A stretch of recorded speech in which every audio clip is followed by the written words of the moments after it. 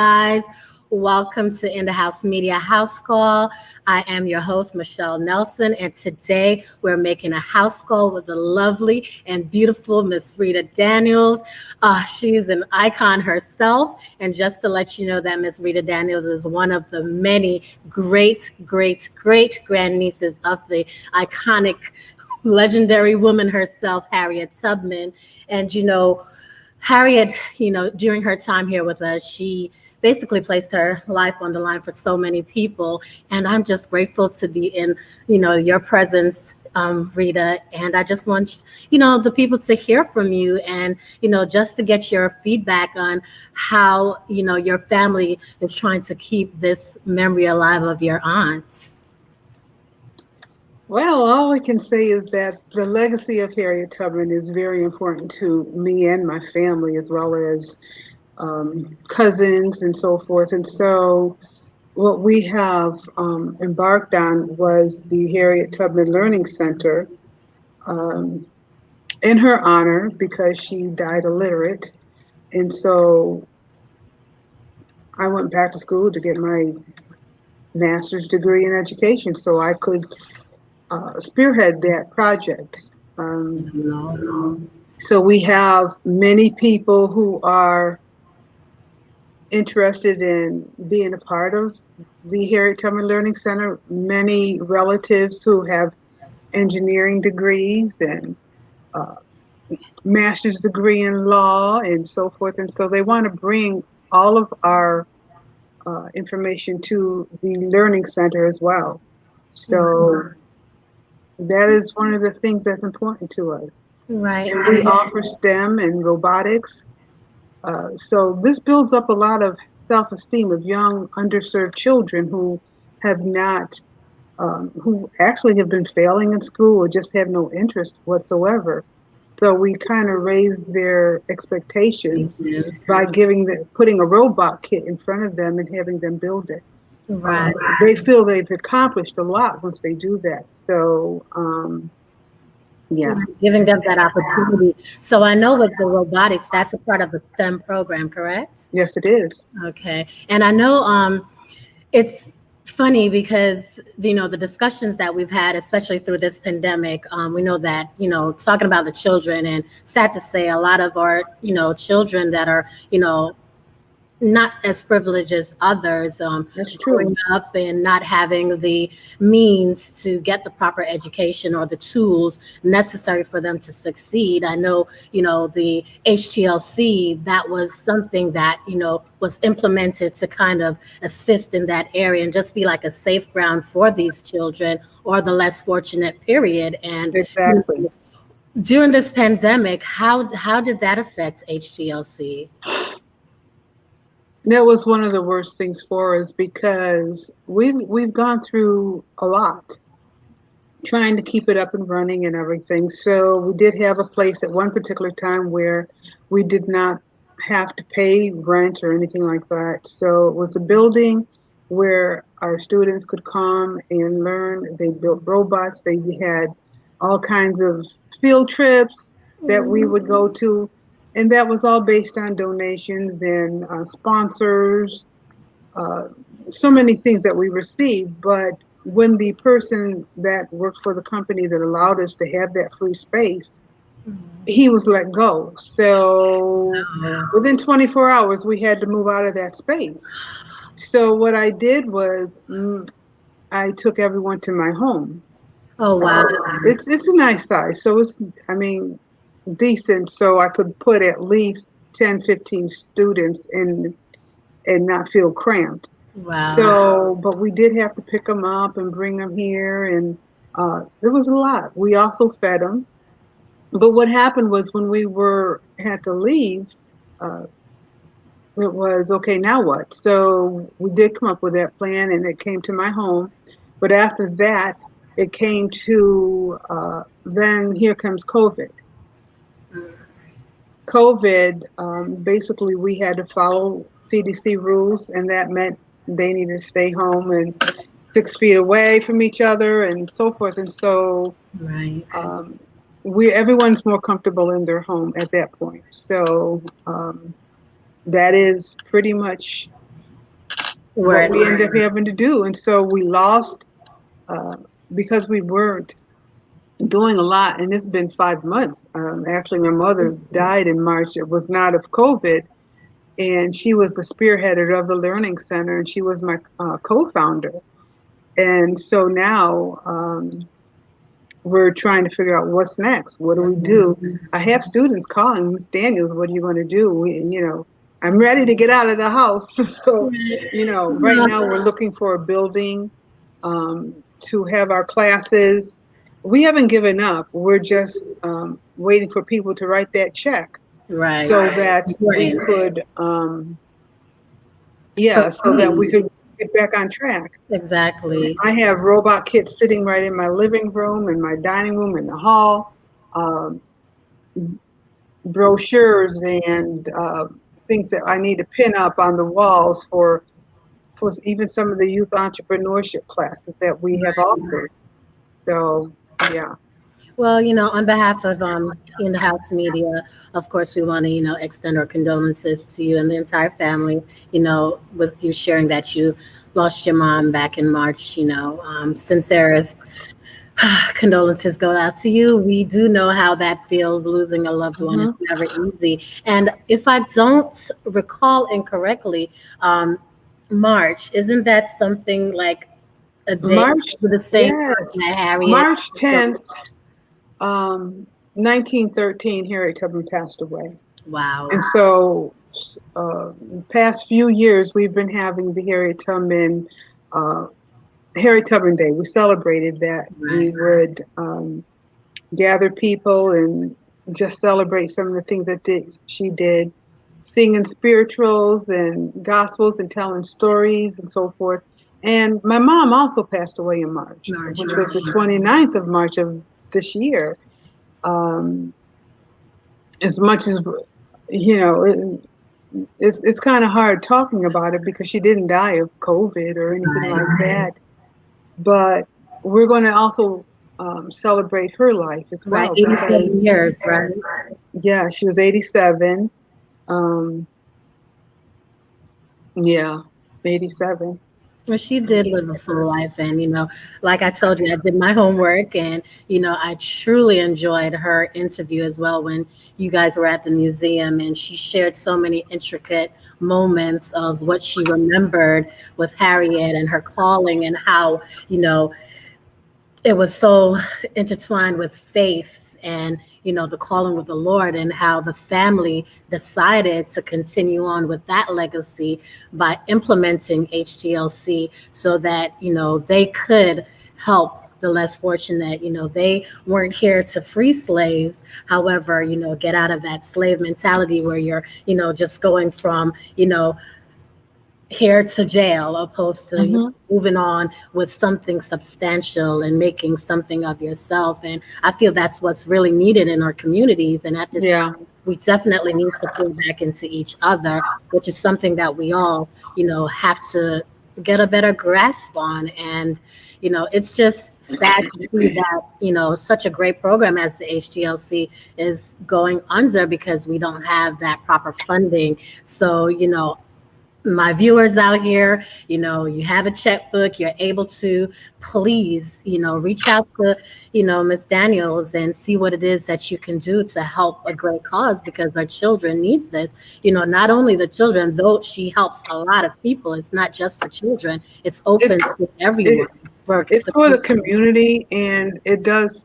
You're growing up. It was the old saying, "It takes a village to Right. raise a child," and it's true. Absolutely. A village is that community, and so having community helping out, getting us back on track. Right. I understand there's certain things that you have to follow in order to get into your building and so forth, and that's understandable. But temperatures and Correct. I know I don't know if you grew up in the community center, but I did in Auburn, New York, and that's where Harriet Tubman lived the last 50 years of her life. Uh, we were privy, actually, I call it privy because we had the Booker T. Washington It's in right. Community Center. And so when we got out of school, we could go to the center as long as our things were done. And the center was like 2 houses from where I lived. And so they had the playground across the street where they actually had people running the playground and keep an eye on all the kids. And this is where I think with all of the human trafficking and so forth, people are out there and they're not being watched and they're doing things that they shouldn't be doing. And the community center that I'm looking at is the Harriet Tubman Learning Center, but it's also going to be a community center. And I think that she deserves something more than just an old building. Um, we want to grow on that. We want other people to come in. And I'm at a point now where I'm looking at putting in new board members. And my mom was one of the main board members. And um, so it was different. It was different because everything I would run by her, and she would let me know. I don't know if that's a good idea, but let's try it. And and as she uh, gave me all that, sometimes it's like, okay, now, Mom, what do I do? Right. And so I just have to believe that I'm doing the right thing, as well as making sure that I'm making, with my mother looking down, I want to make sure that I'm making her happy as well, because Absolutely. her whole thing was she loved Harriet Tubman so much, and she couldn't do all of the things that she wanted to do. But when she came and stayed with me the last 6 months of her life, we went to Washington, D.C. We went many places together where she was thrilled and very happy, and she's living out some of the things that she really wanted to do, because even in New York, um, she was not able to go as much as she would like to have gone. Right. Um, Now I have 6 sisters and 2 brothers, and out of the family, I have another sister as well who are pretty much spearheading a lot of the Harriet Tubman things. But when you have a large family, not everyone, you can't pull everyone into And so, doing the same thing. and So um, that's where we are right now. And I think about Harriet Tubman and some of the things that she went through, and she was really spearheaded me on pulling up from some of the things that I went through when I was in my teens and a little bit later as well. Um, I had abuse. I've gone through that. right. I've We gone touched through on a lot of things, and of we course, have always God is to at the forefront. But wondering why this woman just kept going. Why? So I had to pull in and realize that I had a family member, someone from way back who was a slave. And how was it that she would make all these trips to go back and get other people? And I right. asked myself, would I have gone back and done it? Maybe back then I would have, but now I think I'm on a mission to make sure that I pull other children up to successful lives where Right. they can at least say, I've been there. I mean, some of the students that we've had have had ADHD, they've had um, PTSD, they've gone through some type of trauma, and we've had so many different diverse children coming into the learning center. It would be awful to just let it go. Let it go. And I know, I'm on a mission right now. That mission is to make sure that it happens. And I just need help to get to that point. You have huge shoes to fill and continue that legacy. And, I know we talked about it, and I enjoyed my conversations with you because, it just reminded me, like I was telling you, as far as education goes in my family, it's something that my grandmother, may she rest in peace as well, and my father are, adamant about. Education is key, knowledge is power. And Hmm. reading is definitely fundamental. And to have a program for the less fortunate, such as the HTLC, is definitely beneficial. When we were talking about it, thinking about some of the children that are just passing just because it's a rite of passage. Okay, everybody, no child left behind. We touched on that. And, some of these children can't even read beyond a fourth grade level. And that in itself is something that we have to, take a good look at. Is this something that we want to carry on?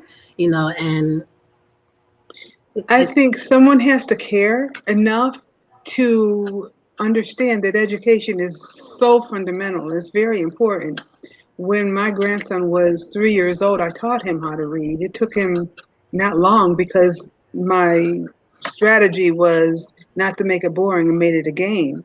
And so he learned how to read. And so with him being able to do that, he's 17 years old now and very intelligent, very smart. He's in his final 12th grade now. He's driving and you know, it's at a point where I'm so proud of what he's been able to accomplish. I want to make sure that other children also get that same thing. The Learning Center is not a daycare. It's a learning center, and anyone that comes there will be learning. And so, yeah, we have pre-K. We'll have those things where, you know, they're talking, they're ready to move on.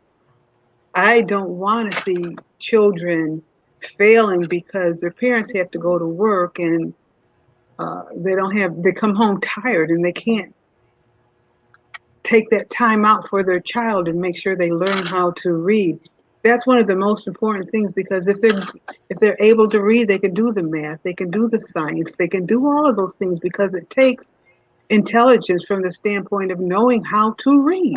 Correct. You got to put certain things together, and if you can't read, okay, maybe you can follow a blueprint. Comprehension, absolutely. That was Harriet Tubman's thing. She comprehended. She was a very intelligent woman. She didn't have a formal education in a regular school because it was against the law during that time. Right. But she knew science. Certainly, obviously, if she was able to brew a batch of medicine that she made with herbs for the soldiers that were dying, and they made it. So I understand how important it is to know that. She probably would have been able to do a lot more things if she was able to have that opportunity. So I just believe that Harriet Tubman is an icon, and I don't know if she'll ever make it on the $20 bill. I But think she deserves much more than the $20 bill. I well, believe. she deserves more than that. I don't even, there's some people who say she shouldn't even be on a $20 bill because of the way money is, according to the Bible, it's to the root of evil. But it's really what you do with that money that causes it to be evil. But I would hate to see people with that $20 bill. Now, if you're going to burn it, then give it to me or give it to the Learning Center if you don't want a $20 bill with her face on it. But there's so many things that there was a ship named after. It was the SS Harriet Tubman. So I just believe that even today, during the Kamala Harris interview, I was watching that and very happy for her and for Black women and children who can look up to someone who's made it that far. Uh, Harriet Tubman was mentioned as a person who was an icon, who was able to lead, and she's a leader, definitely a leader. And so I would love to see other children believe in themselves to a point where I can do it. And, it's funny that you mentioned that, talking about that interview and going back to the interview with you and your mom at the museum, it touched on, being in power as well. And we're seeing today, in modern times that more women have been coming to the forefront as far as, being in power and, operating in their own rights and, building themselves up and creating businesses. So how do you think Harriet would feel to see this, change through times, that we're not taking what she's done for granted, and we're actually putting it to good use, because there's so many women in the past that have done so much and set the tone for women like myself and yourself to progress and set the bar for the younger ones coming up as well. How do you think she would feel? I know that Harriet Tubman would just be elated, because I don't think she considered herself an iconic woman. She was called upon on many times during the time she was an abolitionist, and she spearheaded for with Susan B. Anthony and certain people because of all the accomplishments that she made without even knowing anything as to am I making the right decision. Right. She had that relationship with our Heavenly Father, and that was one of the things that really kept her going. When she was hit in the head at the age of 12 or 13, I know they give different ages. Right. When she was hit in the head, one of the things, she was in a coma for a while, but when she came out of that coma, she had her own relationship with God. She had, she did have a disability, and that disability was narcolepsy, where she would fall asleep. And it didn't matter where she was. She could be on one of her trips, and right in the middle of it, she would just fall into one of those deep sleeps. She'd wake up, but she would always have heard something from God where He would tell her not to go this way and to go another way through her dreams. And one of the things that I know my mom had, and I have it every now and then, dreams that actually are, ahead of time The vision. something's going to happen. Right. So I'm just happy to have that same type of thing. I have other family members who have dreams, and certain things do come true. One sister, actually, we were at her home one day, and I'll never forget. We were all at her home for a barbecue, and we were all on her porch, and then all of a sudden, she said, "Everyone run in the house." Okay, we run in the house. Well, there's a stroller still out there, and just as my sister says, grab the stroller, a car ran into the porch. And this is the honest to God truth. She she knew something like that was happening, and just to know that it saved our lives, because it was a car screeching down the road and just ran right into and knocked the whole porch down, and the stroller was pulled in just in time. And so I can say that it runs in the family. That could be both part of the Indian side of me and part of the African American side of Harriet Tubman. So of course my mom, but yeah, we've gone through some stuff. Right. Absolutely. So the big thing that I wanted to know, I know, I believe it was 2018, 2019. I know that's when Georgia basically stated that they were going to recognize the Harriet Tubman's Day. Is it something that, the family is looking to see if it can be done on a national level? Well, I know that is in a lot of states right now, but nationally, I think even for the state of Georgia, I've had proclamations from Mr. Kemp as well as the previous governor. Um, and so I do have those proclamations. And it's almost like every single year, in order for us to get those dates um, set aside for Harriet Tubman Day, we have to go into the office to get it. Uh, we have been looking at it because George Bush was the ones that first, and that's the older, the father, Right. George Bush, who put that into law, but it was, passed over in many places. They didn't want to recognize her. But it would be nice that we don't have to go for a proclamation every single year. Yeah, right. But I don't see that happening, especially with the way they're treating the $20 bill.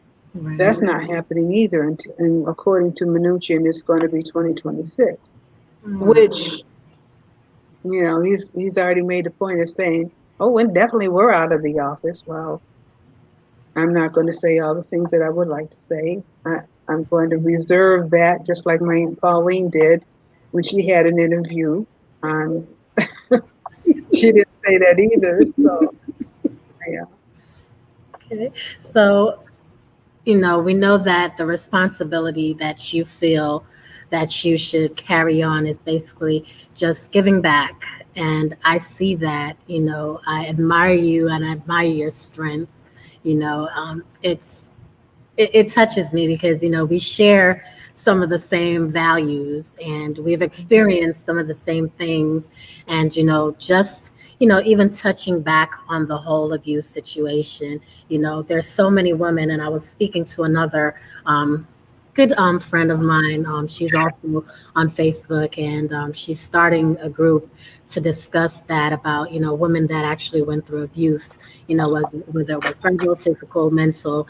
And it's something that women, and I would just won't say black women, I'll say women in general, Hmm.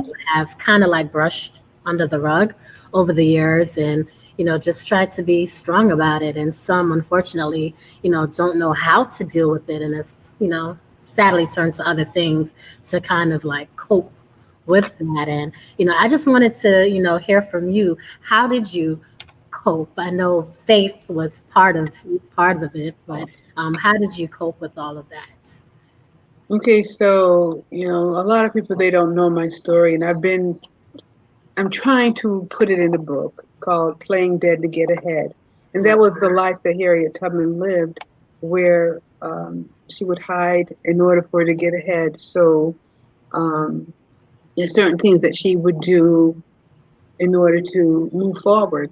But my story is a bit different than hers, where when I was younger, see, I dragged that one out a little bit. I was um, actually stalked for about 2 years. And then during that stalk, it was by one person, and that person every time they would see me, uh, I've been stabbed in the back. I've been punched in my ear where I couldn't hear for about a week. Um, and the final one, I was brutally beaten up, brutally to a point where I thought I was gone. That was it. And so for several months after all of that, even I had a job during that time. I was 19. Back then, I didn't do runway modeling, but I did some type of modeling where it was more photogenic. And so when that took place, it um, lowered my self-esteem. Um, I never forget when it happened. I mean, try to run me over with a car, uh, Mm. just so many things. It was week after week after week of things where I've ended up in the hospital, or and I just wanted to give up on my life. A lot of people say, "Oh, you're so pretty. You're just." I've never really, after all of that, I didn't look at myself as that, because when I was totally beaten up in my face to a point where I still have some of the scars. Thank God for Maybelline and so forth, but um, you know, ruined my marriage. That I was married for 17 years, and that self-esteem, I just didn't believe I could be loved by anyone. And so, even during the time of all those meetings, the last time that I actually had that, I remember getting a phone call from that very person that did all the hurtful things to me. And he said, if I can't have you, no one else will. And I'm not done. And so uh, my mother came, and this is where my mother just really pulled me up so much, because she came and stayed with me for a good week and a half during that time. And everything that I owned, I had to start all over many times. Um, Always clothes shredded, pictures that I had a portfolio of, shredded, clothes, um, my furniture, shredded. I had to move 4 times. And, when you have disturbances in your place, you're automatically told to evict and you lose your deposit. All kinds of things that I had to start over, start over, start over. And I remember in a conversation that I had with mom, of course I knew about Harriet Tubman and so forth, but my mom says, I always think about how Harriet Tubman and wonder why she would fall down to the ground many times and she'd get right back up. And she said that's what you have to do. Well, coming from my mom, it's more like, well, thanks a lot, Mom. I thought, this is not what I need to hear right now. But then I had a friend, and to this day I love her to death. But she came over and just told me the truth. She says, Rita, you're beautiful. You have so much going, all those scars and everything that you see are going to disappear. I said, but I have to start all over. She says, and so what? So many people have to. But, the reason why you're still here is that God gave you many, many more chances. And so you have to just take it. And, so you're hearing something like that from someone else. So you hear it from your mom, but then you hear it from someone else. To me was like confirmation of, you got to keep going. You got to keep going. And so me being stuck in the house, I mean, I got super, super small because I wasn't eating. I hated myself. I hated everything. And so my mom would buy me these milkshakes and I would only drink parts of it. And that's what I would eat. That was my daily meal for 2 weeks while I was sulking. And so after that, after hearing from my friend, at least I wouldn't talk to her for like 4 or 5 days because even though deep down inside I knew she was telling me the truth, it was hurtful because I didn't know which way to go. So one day I decided that I was going to go downtown and I had sunglasses on and I had makeup and, just all kinds of things so I could hide the way I looked. And so I went into this department store and went straight to the makeup counter because I wanted to find out how can I fix this? Right. How can I fix the way I looked at the time? And so um,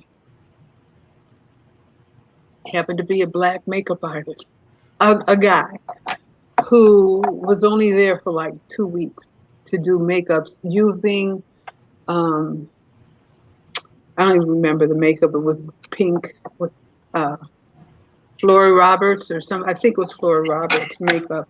And so he sat me down. I says, "Can you show me how to hide scars?" And he said, "Oh yeah, I've got all this stuff." And so what he did, he showed me all this. And then another person came in who she was a model, and she said to me, "Oh, you're so pretty." And I'm thinking, yeah, right, okay, because I couldn't believe what other people were telling me because of, you know, I guess I had to understand the inner side of me because whatever's going on the outside, that can be fixed. But my inside, I had to fix that. Exactly. And so, and then I had to start believing in myself. And I had to start believing that I was able, that I can do all things through Christ who strengthens me. And so after that, and I got the makeup and everything, and I felt a lot better, took the glasses off. I mean, it cost me a whole lot of money because, he was trying to sell the makeup, but I was okay with that because I was going to go home and practice and practice and practice. In that model, we end up becoming friends, and then we eventually end up sister-in-laws. So, yeah, but that's pretty much part of my story. It's not all, but there's a lot that that was one of the For that most. book. So, Mhm. definitely cannot wait for the book. So, do you have a time frame already for when the book will actually be completed? Well, I kind of set it on the back burner because I believe that I need to get a what do they call ghostwriters? Because every time I start typing on it, it just depresses me. So when I get to that point, it's like I don't want to do it anymore. But I know it's something that needs to come, That has be told because it can help others. So right. it is called, I mean, I did title it because it was something my father used to say when we were growing up, playing dead to get ahead. I'm like, I'm just playing to get dead to get ahead. I didn't understand what it meant until as I got older and I started putting pieces together. Um, but yeah, Well, I appreciate you sharing that much with us. You know, it still helps, and I'm quite sure once the book is completed, and we're going to talk about that so we could get that out there for you. I know, you're also great friends with Jerome, and he has some great connections as far as, possibly getting you the ghostwriter that you need to get this completed because from what I know and speaking with you about several things, I absolutely know that it's going to be something for everyone in that book, oh a little yeah, for it, everyone. it will, it's going to help anyone that's gone through domestic abuse, even watching father beat up their mother and Right. just so hot. So even growing up with 9 children in the family, and some did things one way and others did things a different way. They all had their choices, but there's a lot. There's a lot. Um, Truth comes out eventually. So, Right. Absolutely. And through it all, and I'm smiling because, you shared, quite a few with me and, I'm just honored and I just want you to know that I truly admire your strength. I believe it runs in the family. I saw that, with your mom, especially the way she spoke in her interview.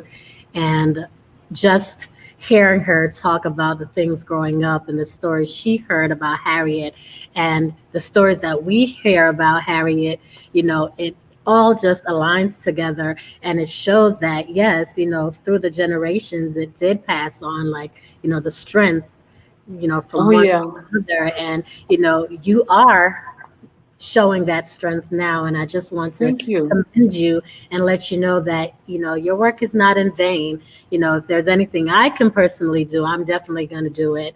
I'll campaign for you, definitely get with Jerome. We were talking about that as far as, getting people on board with the funding, guys. Listen, the Harriet Tubman Learning Center is something that the community needs, not only the children, but the entire community, because she helps people that are illiterate, people that just need a safe haven, Hmm. need food. She does it all. So definitely reach out if it's something that you can help her with, even with grants or going about getting some more funding because, she is a 501c3.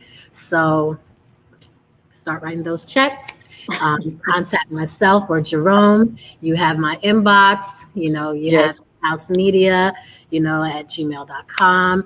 You have myself, Next Level Promotions at gmail.com. You can also hit me up at michellenelson.indahousemedia@gmail.com. I have several, so there are no excuses. You have my inbox Hmm. on Facebook. You have my Instagram at Next Level Promotions. So, and you have Miss Rita Daniels, and I'll have her give you all of her links in this feed as well. So there are no excuses. If you believe that you can help to put your money to a greater cause, That's please right. It's write important. those checks. If you don't have the means to do so, if you know someone that can, please give the referrals. It will be greatly appreciated. We spend our time, you know, putting money to other uses. And sometimes we spend money and not realize that we're spending. So why not put it into a good place, especially, in this time, we're in the midst of a pandemic. And if we could get computers, that can even help the Learning Center because the kids that are at home, they could get the computers and we could have Miss Rita and her team help the children. There are so many of them that needs it, and some don't even have the knowledge of operating the computer, but that's what she's here for. So please, please, please reach out, try and help. Any questions or concerns, you could definitely contact Jerome again or myself Yes. or Rita Daniels. All right, team. So, Miss Daniels, I just want to say that it's been an absolute pleasure. I cannot wait to do this again with you because I know there's a part 2 and 3 because we're going to get that book done. That's true. Okay. But And I so love this woman. I love you too back. Uh, there's just so many things that we need to do in order to get this up and running again. Um, Basically, if anyone wants to send checks or anything like that, they can mail me. I can give you the address. I did have a P.O. box, but I had to switch that. But it's 24 Sheffield Lane, spelled with an S, Heffield Lane, Powder Springs, Georgia, 30127. You can do PayPal, paypal.me/Rita Daniels 1025. I have Cash App, and just, they're in my name because a lot of them you can't put them in company names. So, Correct. um, but they go directly to the company account. Cash App, $ Rita Dan 1025, and that's capital RITA Dan, capital DAN 1025. There's Apple Pay Wallet. I have Venmo. My phone number 678-761-0040. We're on a mission right now, and that mission is to get this Harriet Tubman Learning Center, in honor of not just Harriet Tubman, but also my mom. That was one of the things that she enjoyed coming to, and some of my students, they have let me know they miss her already, Absolutely. even during this pandemic, because if they call, sometimes she would say, "Hi, how you doing?" But not that. So Apple Pay, my phone number is the same for Apple Pay. And you'll find some of them, they say, for confirmation, like the Cash App will say Ruth Daniels. That's me. Yes. So even PayPal, they want to confirm it, same thing. But these are for, or you can go to our website, www.harriettubmanlearningcenter.org. And right there, if you want to sponsor, if you want to just help a child out or anything, we need laptop computers. Uh, a lot of the underserved children do not have computers, Yes. and they need to be able to do homework and so forth. But we also, we have boys that have been trained to actually teach. And these are teenagers who, at one point, when they first came to me, um, they would come in with hoods on and not take it off. They were coming only because they were told they needed to go there. Right. So now they come in all happy and ready to. Who am I going to show how to do the robots? Or we have different Right. classes. Their self-esteem. These are kids that had ADHD. They're on medications and so forth. And so now these are young children who were training to become leaders. And These we young men need more of those. they are our future. And we Yes. don't want to see them out there hanging out in the streets and then something happens to them. More of our children behind bars. That's just, Exactly. we're not trying to see that going forward. Just absolutely not going to happen. Um, you know, remember, guys, this is a program that I believe in because, Miss Daniels shared with me also, and we already know that this place is like a safe haven for so many. Some come and, they don't have the food at home. They come and she feed them. She shared a story with me and I'm going to share it with you guys briefly. No names called, but, one of the less fortunate, asked if they could take some of the food home to share with their parent. Okay, so this is a place where the children rely on it. So if you can, and I don't want to tear up because it brings tears to my eyes, if it's something that you could do to help, please reach out and help a great cause. And I'm And sure, this is the time because unemployment. They took away the 600. You see lines of people out there getting food and so forth. Um, we make sure that they get it. I know several families that are in need. Right. Uh, People, their mothers are essential workers who are nurses, and they are home alone, in many cases, waiting for someone to bring them something. Uh, Mind you, my car, just the other day, actually a month ago, the engine, it's a fairly new car, but the engine blew out, and the dealership is taking some responsibility, and hopefully I'm trying to get them to pay for the other part, because right now I've got to come up with, an order, a crazy amount to get my vehicle back so I can take this. I use my car to pick up these students and take them to where I need to go, or to my home and so And forth. this is in Cobb County, correct? And then my grandson has a vehicle. I can use his. Right. But And this is in Cobb County, correct? So we know that in Cobb, the distances are not close by. And, she works with some of the people, quite a few of, you said the guidance counselors and the social workers, near at a middle school. right, with the middle schools in Cobb. So, and this is, the programs that the HTLC does, working so closely with the schools, the teachers and the guidance counselors, they recommend children that they see that are in need of this program, just to give an extra boost from what they're getting in the schools. So Yeah. again, this is something that everyone in the community collectively believes in. And we just want to reach out to you guys, my viewers, Team In the House Media, if there's something that you guys could absolutely do, please, please, please, please, please help a great cause. Um, I'm passionate about this. We And have so am I, as you can tell. we have our other team members. She's an educator as well. One of our board members from PWIA. We're all together with Team In the House Media.